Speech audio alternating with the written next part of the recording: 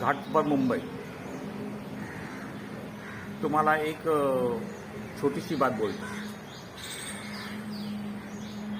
हा विमानाचा शोध कसा काय लागला ह्याची कल्पना आहे का नाही तुम्हाला? माझ्या मनाला असं वाटतं की विमानाची जी कल्पना आहे पवनपुत्र हनुमानपासून झालेली आहे। सतयुगच्या काळात तेव्हा पवनपुत्र हनुमान तोच फक्त असं जाणं येणं होतं, तेच उडत होते। म्हणजे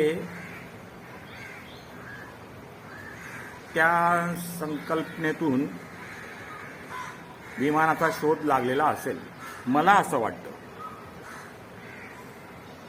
कारण त्यावेळी अशीच होती, पर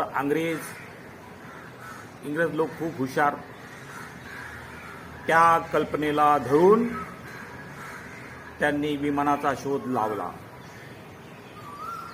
आणि विमानाला नाव दिलं एरोप्लेन आणि हिंदीमध्ये हवाई जहाज म्हणजे हनुमान।